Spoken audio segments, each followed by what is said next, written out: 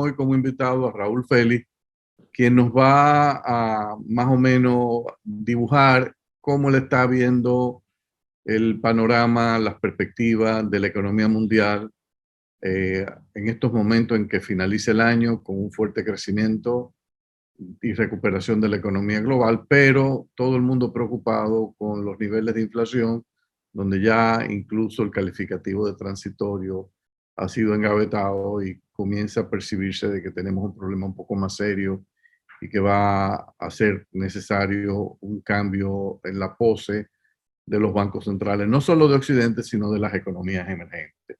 Todo eso en una situación donde nuevas variantes del COVID comienzan a generar incertidumbre y amenaza de posibles medidas de regreso en materia de confinamiento, lockdowns, distanciamiento social, que ya comenzábamos a desmontar en la mayoría de los países del mundo y que posiblemente puedan comenzar a regresar y el impacto que esto podría tener.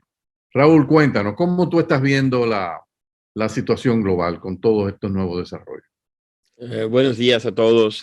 Un placer estar de nuevo aquí en República Dominicana, mi país de origen, para comentar de estos temas que generan pues sensaciones mixtas, porque de un lado hemos avanzado mucho en términos de la recuperación económica del daño que hizo el COVID respecto al inicio del año pasado.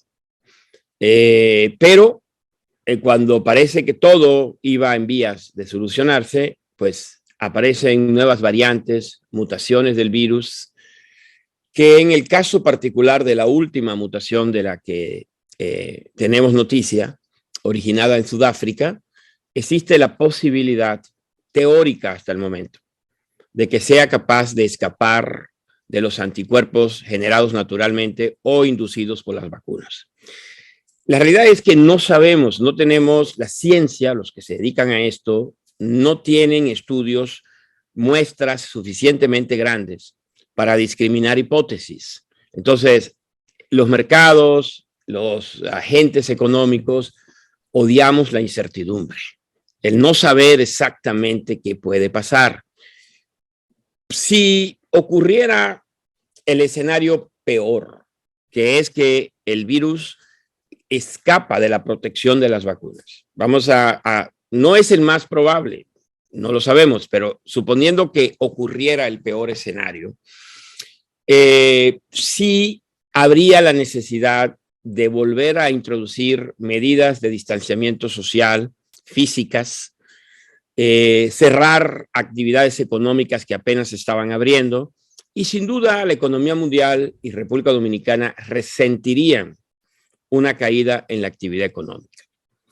Sin embargo, aún en ese escenario, con lo que he leído y visto de los que dicen la gente que sabe del tema y las compañías que producen las vacunas, para el primer trimestre del próximo año tendríamos de nuevo una vacuna apropiada, pero habría que volver a vacunar, comprar las vacunas, una escasez de las vacunas. Sería un escenario malo, francamente, no puedo decir que sería algo pasajero y que no tendría consecuencias, pero algo que podemos superar porque es diferente a cómo estábamos hace un año y medio cuando no sabíamos si era posible desarrollar una vacuna.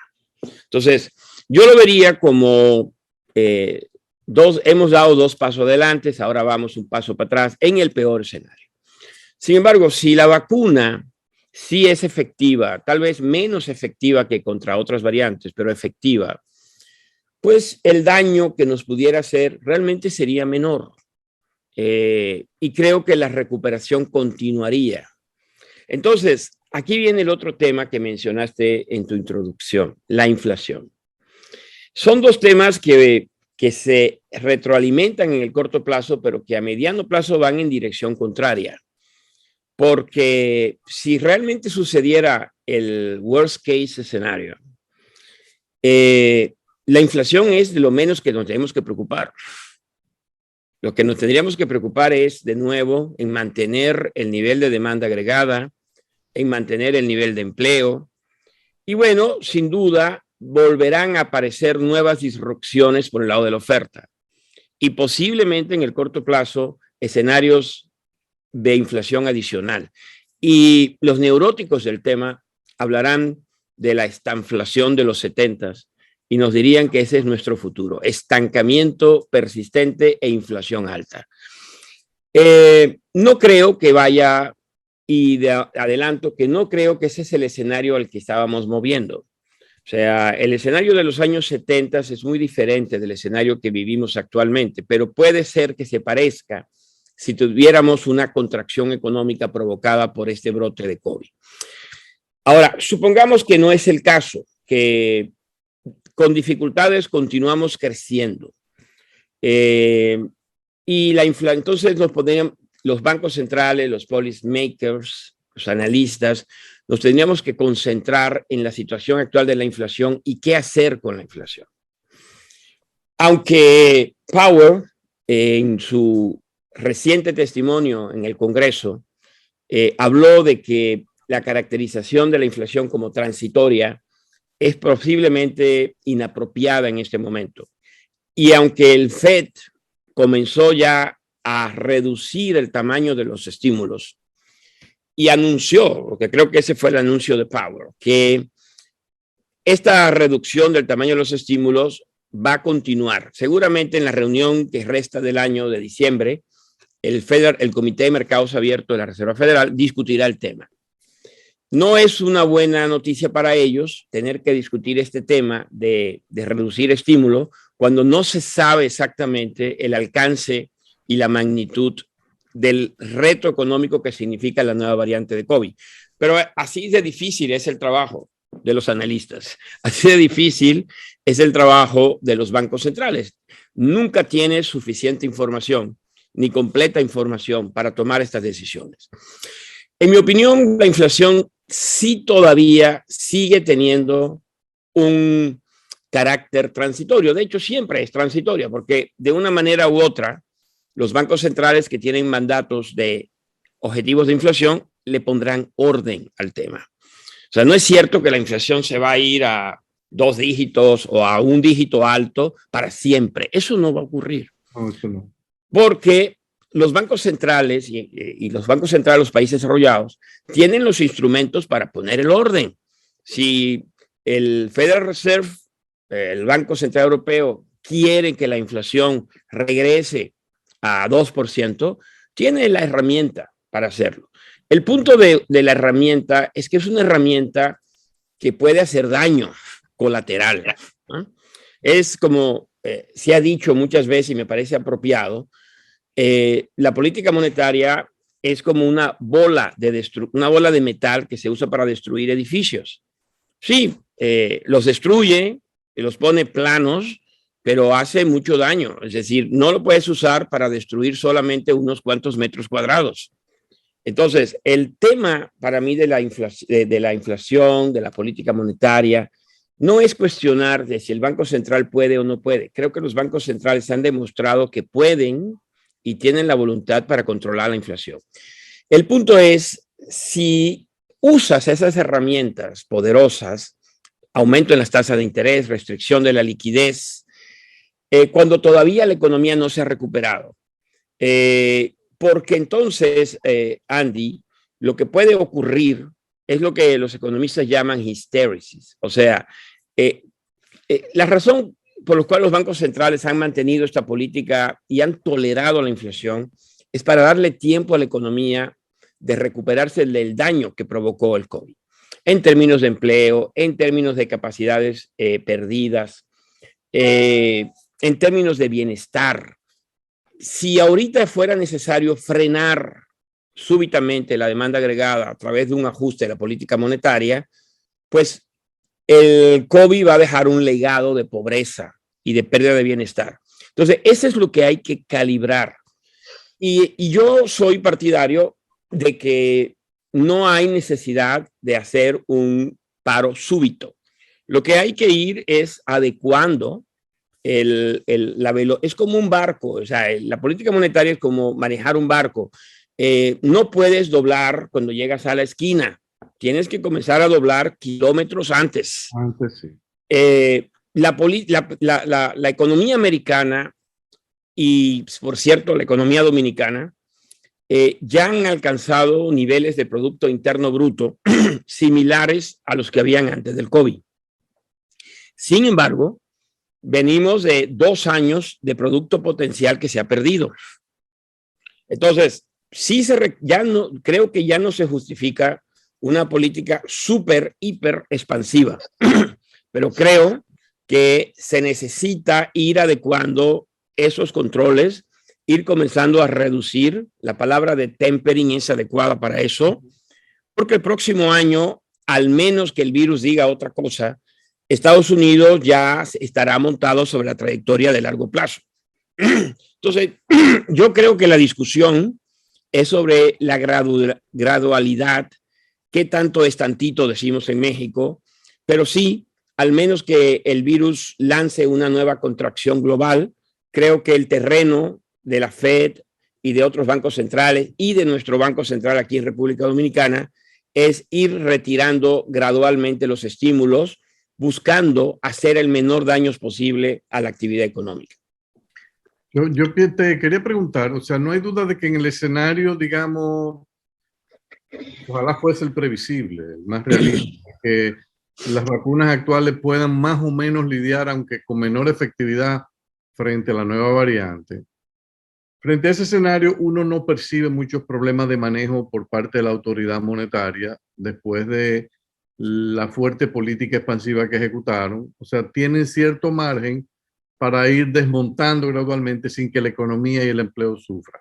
Ahora, en el primer escenario que tú presentas, que ojalá no se dé, que es el escenario de que esta variante le hace un bypass a las vacunas y esto implica sentarse a desarrollar, ¿tú entiendes que si los gobiernos adoptan políticas de confinamiento, aunque sean transitorias, vamos a requerir detener un poco el retorno hacia políticas monetarias menos expansivas y quizás retomar una segunda oleada de expansión monetaria en un ámbito donde ya la inflación no era un 1, como teníamos en el COVID antes de arrancar, sino que estamos partiendo de 6-7%. Entonces, ahí no hay duda de que va a ser más serio el problema luego cuando tengamos que dar de nuevo el giro monetario, nos vamos a encontrar con un problemita inflacionario un poquito mayor. O sea, ¿no te preocupa eso?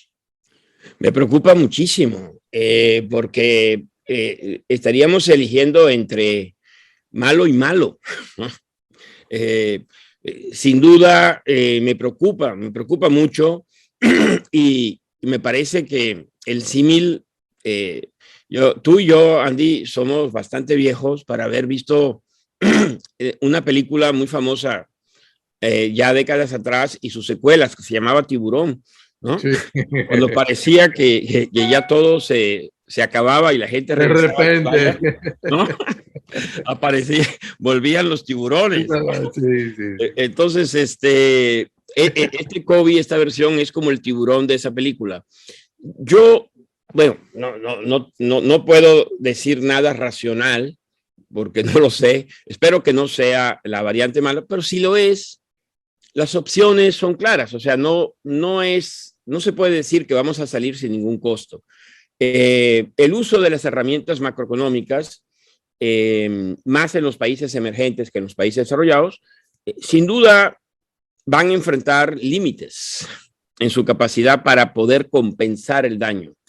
Y inevitablemente parte del daño o una gran parte del daño se transferirá directamente a las familias, los balances de las familias y de las empresas. Y algunos bancos, de hecho en Estados Unidos comienza a discutirse el tema. ¿Qué pasa si hay que frenar y parar y luego otra vez disrupción en cadenas productivas y la inflación vuelve a subir? ¿Qué haría la Fed en esas circunstancias?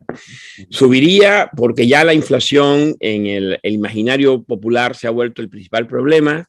¿O dejaría pasar esto agravando para el futuro el tema de la inflación heredada? Se puede volver inercial, se puede transferir a las expectativas, puede construirse built-in en la vida diaria Entonces, son dilemas muy difíciles. Yo creo que una vez que ocurra esto, los gobernadores, los miembros de los consejos van a tratar de orientarse científicamente y probablemente no va a detener el ciclo de apretón monetario, pero sí lo hará más pausado de lo que estaban pensando. Sí. Creo que esa sería la respuesta óptima con la información que tenemos en este momento. Seguir enfocado en la comunicación de que las expectativas de mediano plazo, porque ese es el tema. A mí no me preocupa realmente la inflación diaria. Como analista, yo sé que para algunas personas en su vida diaria esto puede ser un gran problema. Lo que me preocupa es que esto se comience a transferir esta expectativa a todos los precios de la economía, se contamine el mecanismo de formación de precios, porque entonces la Reserva Federal, como le sucedió a principios de los 80s, no tendrá otra opción que ir contra el viento con una política monetaria muy, muy dura y inevitablemente ahora ver una recesión no provocada por los factores de oferta del COVID, sino provocado por el apretón monetario. Eso es lo que yo más temo, porque creo que eso nos va a dejar una huella del COVID mucho más terrible, nos va a debilitar en términos de crecimiento de largo plazo de lo que sucedería si la política monetaria puede mantener todavía un espacio de soporte a la economía. O sea, las opciones están claras, es frenar súbitamente para detener esta construcción de expectativas inflacionarias, arriesgándonos a una recesión cuando apenas estamos saliendo de una de las peores recesiones de la historia. Es un dilema, Andy, o sea, muy difícil. No envidio estar en los zapatos de Jeremy Powell en este momento, ¿no? Jackie, bienvenida. Mira, yo creo que hay otros temas inclusive a considerar.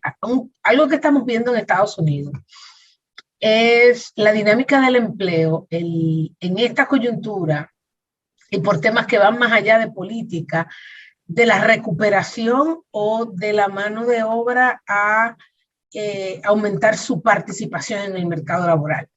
Entonces, este tema se combina con esto que me estás diciendo, porque que estaba leyendo un artículo que hablaba que todavía no se está viendo en Europa, pero que parece que sí, que esta tendencia va a seguir. Entonces, si tú combinas este escenario que estás diciendo con una recuperación del empleo que viene por el lado de la oferta, lo cual eventualmente se te puede ir a un tema de costos laborales también y a una incapacidad de la recuperación más rápida de la economía americana, entonces irse con una política monetaria más agresiva complica todavía más ese escenario en algo que sí parece a nivel del mercado laboral ser una tendencia y no ser algo tan coyuntural. Entonces, yo creo que un tema, aunque el tiempo se nos acabó y podríamos abordarlo en el próximo, sobre todo tú, Raúl, que analizas constantemente estas tendencias, ¿cómo ves esta situación que estamos viendo en el mercado laboral norteamericano, que posiblemente se va a ir a otros mercados laborales, porque ya tú ves analistas de otro mercado en España, en Francia, escribiendo sobre el tema, combinada con esta situación? Yo particularmente creo que la nueva cepa no es tan fuerte como las anteriores, no estamos viendo muerte, no estamos viendo incapacidades de seguir una vida pues normal. Parece que esta nueva cepa es un poco menos agresiva que la anterior. Posiblemente estamos en una situación donde nueva cepa es el nuevo normal. Lo que pasa es que van a venir debilitándose en el tiempo. Si tú ves las olas, por lo menos en República Dominicana, creo que en otros países ha sido una ola ligeramente más fuerte, pero olas estamos viendo como contagio. Y al final, si es menos dura la intensidad, con el tema del contagio y por ende los efectos económicos también van a ser menos duras, pero están siendo menos intensas. Posiblemente nos encontramos en una situación donde nueva cepa es un nuevo normal, pero esta cepa, porque también he estado leyendo sobre la posibilidad de una carga viral más baja en esta cepa o en otras que continúen. Pero el tiempo se nos terminó, vamos a ir a la pausa y sí me gustaría, Raúl, que hablemos un poquito de este tema del mercado laboral y cómo eso se combina con esta política monetaria. Nos vemos en un segundo.